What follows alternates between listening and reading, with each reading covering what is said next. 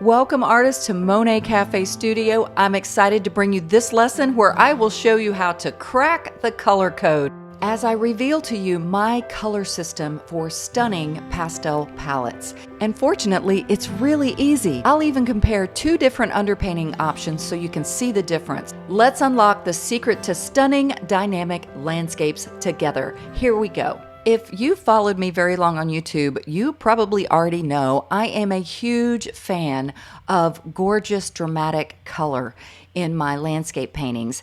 And I have been intuitively doing a system for many years, and it was recently that I put it together on a color wheel so that I could easily share it with others. So let's dive into this. I must share first that my color system is a bit of an alteration on an already great color system by artist Robert Burridge. If you have not followed him on YouTube, I think you could learn so much. He's an acrylic painter, but his lessons are applicable to almost all mediums. Now I have this giant color wheel that I've made my own little cutout to share what I'm trying to describe here. Number one is the dominant color, and in a lot of landscapes, there's a lot of blue and green. In my system, I like to choose a complementary underpainting color. We're going to tone our surface this color, and that's just the color just directly opposite from the dominant color. And then I like to have two spice colors, and you can see those are represented by numbers 3 and 4. Now this will make more sense as I work. Now let's talk about a typical landscape photo. That's what I'm using this color system for. And what colors do you normally see in a landscape? Well, there's a lot of blue for the sky and a lot of green in the land. And this is a photo of my own, by the way. And this works for different subject matter, however. No matter what the dominant color is in the scene, simply go directly across on the color wheel and that will be your underpainting color. Now I'm going to do it for those two dominant colors. And I'm going to demonstrate that for you using the two different dominant colors. One painting will be focusing on the blue as the dominant, and the other will be focusing on the green being the dominant color. I have a large sheet of Canson velvet. It's one of my new favorite surfaces that I've divided into 4 sections. I was originally going to do 4 different underpainting colors, but for this lesson, there's just going to be 2. And as a recap, the first dominant color I'm focusing on in my landscape scene is going to be blue, the color of the sky. So I come immediately across or down on the color wheel to my underpainting color. Now I think Robert Burridge, his number 2 is called a focal point color, but I tweaked this to work for my system.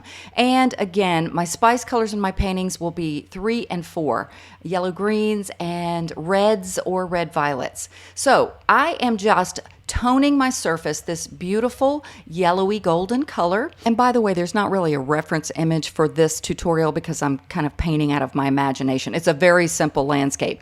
Now, let's tone the next dominant color. In the landscape, the next dominant color is typically green. So I'm just going up to greens or yellow greens, coming directly down, which will take me to red or red violet colors.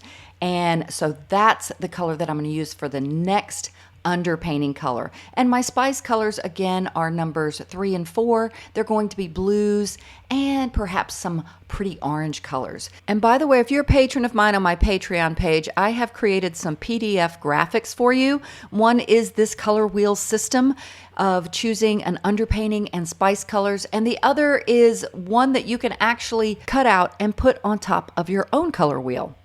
Now, if you're not quite sure if you want to become a patron of mine yet, I do have a shop on my Patreon page. You can join free on my Patreon page and have access to my shop. And I have added this color compass that is called Crack the Color Code. It's only $5, and it will give you not only the downloadable PDF, also the instructions on how to use it, and also a link to my Patreon version of this video that has no ads and more content. I'll have a link in the description of this video to take you directly to this product. Now let's move on to the second underpainting color. So I have my pink, red, violet color and I'm toning the surface. Now, like I said, I did this for 4 colors. I didn't get to the last 2, but I thought I'd go ahead and show you how I did this. And sometimes you can create an underpainting color just for a mood or a certain emotion you'd like to elicit from your painting. It doesn't always have to be this system, but this is just a very neat system if you like that punch of color and for your landscapes to feel alive. All right, now, because this is Canson Velvet, I can add water to this surface. And I started with this large brush, but it started, some of the bristles started coming off, so I switched to a smaller brush. But just use whatever brush you have to liquefy these pastels. Yes, when you wet pastels, they become paint. Isn't that cool? And if you don't know a whole lot about pastel painting and the surfaces and the supplies, just hang out on my channel for a little while and you will learn oh so much. All right, so I've got all of my blocks of underpainting colors liquefied, and now I'm speeding this up just a bit because I think you can get the idea. You can always slow it down on YouTube. There's a little gear icon and you can change the playback speed. So I'm getting in a very simple sketch for a landscape. Like I said, this was out of my head and I am just getting in a basic landscape with a sloping horizon line. This is just a little piece of vine charcoal. I obviously let my surface dry before I did this, and I'm getting in just a little shape of a little tree, just a sweet little tree, and some little ideas of some trees kind of perspectively going back into the distance. And I wanted to give kind of a sweeping motion, either for like a road or something just pulling the viewer's eye in. I think I just use it to guide my flowers. I end up adding flowers to this. And of course, a sweeping idea for the clouds. Now I'm adding just a dark pastel. This is a Prismacolor new pastel, and it's really just like a dark blue. You could use whatever kind of dark pastel you have. Don't press too hard. You don't want to overfill the tooth of the paper. And I'm just kind of going over where my darkest values are. Typically in a landscape, your darkest values are going to be vertical elements like trees or even tall grasses in the foreground. So I'm going to get in a little bit of dark value in the foreground as well. I also love making very gestural and directional strokes. And that's a pretty simple landscape. I gave a little bit of an idea of a edge of a road kind of going into the tree. Now you notice I'm working on 2 paintings at once because many of the colors are going to be the same for both. But you'll see how different the paintings look when you're done. The only thing I'm going to change is when I get to my spice colors. I'm going to give some flowers to these images, and for the painting on the left, my spice colors are different because I used blue as the did I use blue? Yes, blue as the dominant color and golden as the underpainting color. And then for the painting on the right, I used green as my dominant color and the beautiful red violet as my underpainting color. So therefore my spice colors are going to be different based on that color wheel you can see to the left there. Again, it's not hard. It might be new to you, but you could just simply make a circle like I've done and put it over a color wheel and follow the same system. Now just a quick little station break and a tiny favor. Would you go ahead and hit that like button, the thumbs up button? It really helps YouTube to share this video more often. Of course, subscribe and leave me a comment too. I love to hear from you. And while I got you here, if you would like to become part of my Patreon family, it's super simple. It's only $5 a month currently, and you become part of my beautiful Patreon family. I love the fact that I get to see your work. We have contests, full videos, extra content, and oh so much more. Come join the family. So this isn't a typical pastel painting tutorial where I'm going over all of my my marks right now, but it is the basic concepts of landscape painting. And those are typically our darkest values. Right now I'm working on my greens. My darkest greens are going to be in the foreground. They're going to gradually get lighter in value as they recede. You see how I have like 3 different levels of values. And now for my distant trees, I'm going to give a little bit of blue. Now, why am I doing that? Well, when it comes to color temperature, when we are dealing with perspective and things going back into the distance, things get cooler. So a green tree often will get a little bit more bluish in the distance. All right, now my sky is going to be similar in both scenes. And the way skies work, it's kind of opposite of the lower part underneath the horizon line. The lower landscape is usually darker in the foreground, lighter at the horizon line. Above the horizon line, it's usually darker up high where the heavens are. You know, it's dark in space, and it typically gets lighter as you get closer to the horizon line. I actually have a sellable graphic on my Patreon page, where my Patreon shop, where I have how color and temperature works in a landscape scene. It's a really cool and easy graphic if you want to check that out. All right, so I've got in a general idea of clouds. I wanted to give a this pretty little neutral blue. I'm kind of dulling out some of the colors in the distance, and that's actually something else that happens when things go back into a landscape perspectively. And I'm giving a little bit of green to this tree now. Again, if you don't know a lot about pastel painting, a lot of it is about layering. And I'm not pressing so hard that I'm covering everything up. You see little subtle influences of the first layers that I put down, and they just start to interact with each other. So I'm getting a little bit more dark and an idea of maybe some tree trunks within this this tree, but it's not really all about getting so much detail in this. I'm trying to create a mood, and I definitely had a tendency early on in my pastel painting career to feel like I had to paint everything and really get in all the leaves and the branches of trees and elements. And if you like an impressionistic style, it's more about just giving a suggestion and just blocking things in and leading the viewer in very subtly and not spelling everything out like a photograph often does. And as you can see, I've been working more now on the painting on the left. I'm adding a little bit of a light layer to the distance, and I'm going to speed this section up just a little bit so I can get to the spice color, because when I get my greens in, I've mostly been just working with greens and blues and kind of some turquoise colors. And once I get this completed and I feel good about it, it's time to add my flowers using one or both of my spice colors. And you can see here I've carved into the tree a bit. This is negative painting. You don't create the branches into the sky. You carve the sky down into the branches, and it has a much more painterly feel. So I'm looking at my spice colors over here, and you don't have to be so strict. Oh, I wanted to add a little purple for the shadows first. I love adding purples in shadows. I think it just really brings life to things. But in looking at my little spice color wheel over there, number 4, it was actually kind of near red violet on number 4, but leaning into reds. And by the way, you've got a little leeway with this. You just get in the general area of where your spice colors are. So I decided to do some red flowers. My golden underpainting, while you may think I've covered everything up, it absolutely has an influence on the pastels that I've laid down. All right, so let's see. I'm choosing the spice color of a beautiful red for my flowers. And I'm just intuitively putting in some really gestural, impressionistic looking flowers, just adding one above the horizon line, as you could see, one a little bit into the tree, and they're a little bit larger in the foreground. And these things get better the more you do it. Don't be intimidated if you're a beginner artist and go, how did you know where to put those flowers?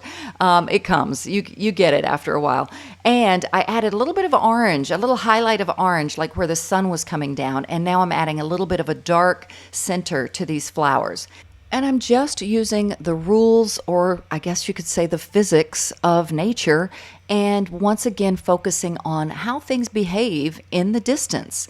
And with flowers, things typically get smaller. You know, flowers are going to be larger in the foreground, smaller in the distance. They also get lighter in value and duller in color, just like I was describing for the greens in the landscape. So flowers, any element will behave that way. That's why I did those pale pink little bands in the distance to represent maybe some of those poppies very far away. Also, things kind of flatten out in the distance. You're not going to see vertical elements as much when things are very far away. Think of a field and you look really far in the distance. If it's full of flowers, it almost looks like a blanket of flowers. So that's just my simple little rules. Like, I love to share.